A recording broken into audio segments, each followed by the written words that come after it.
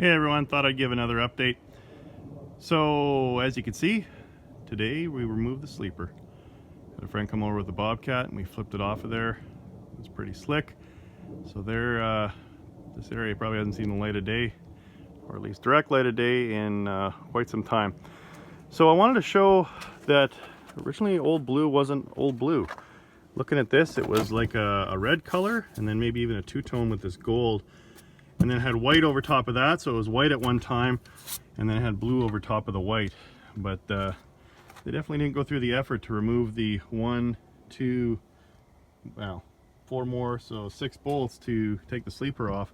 They just left it on and tried to paint from the sides. So that's the latest on that. But yeah, she's gonna need some prep work. Sand it down, prime it, and paint it.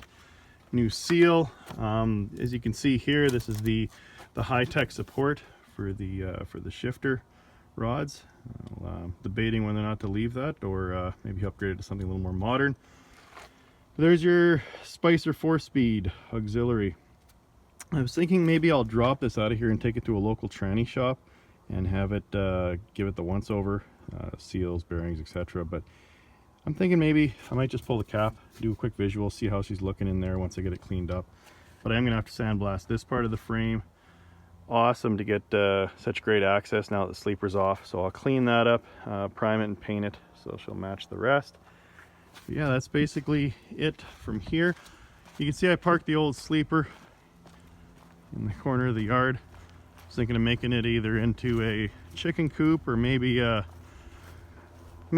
shed for the girls to sit in when they wait for the bus to come in the morning. Thought that would be pretty classy at the end of the driveway, but the wife doesn't necessarily agree with me. So yeah, this sleeper was the truck was in a bit of an accident. If you've noticed in prior videos, the damage on the side there, and then the walls were damaged, and these plates, the previous owner put these plates on there to try and give it some strength. But yeah, she needs too much work. I mean, the back was just peppered with rocks, and so I primed it so it didn't look so terrible.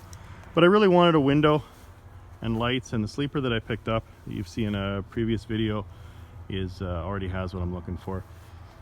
So I'll just park this here, put on a local ad. If someone's interested, send me a note to 359twinsticks@gmail.com or send me a note. So you can see there's stripes there, but then it almost looks like there was a lighter blue paint. So maybe this sleeper came off a different truck as well. But yeah, that's the latest. I did want to show one thing though on the cab. Doing a little further investigation now that the sleeper's off, I can see a little bit more. And when I was climbing up to take a look up at the cap, I'm gonna need a new cap sooner than I originally thought. So check this out. That's just ungood. There's even a hole up here. So it looks like I'm gonna have to get that new fiberglass cap. This, combined with the damage in the front over top of the windshield, it's gonna have to come off. So I sure don't want to buy one of those expensive Huck guns. Maybe I could rent it or borrow it from a body shop. The air conditioner, I know a lot of folks are making comments that says, you know, why don't you leave that up there, get it operational again? It's pretty rare, but I love the clean look of the clean cab and the flat top sleeper. So I'll probably take that off, maybe mount it, I don't know, underneath the hood or underneath the truck at a later date. But take that off, take off the beacons, and I guess order that new fiberglass cap from Dirks. That's the latest. What else?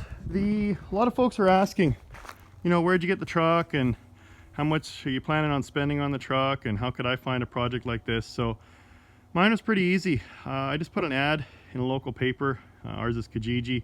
It's kind of like Craigslist in the States. I just said wanted Peterbilt 359, and you'd be surprised. I got a lot of calls. A lot of folks have these old trucks kicking around, just sitting there rusting into the ground. So I'd suggest that to anyone who is interested in doing a project like this, to just put an ad in the paper and see what you find. I'd love to see some peers doing similar projects on YouTube. I think that would just be great. So that's the update, little by little.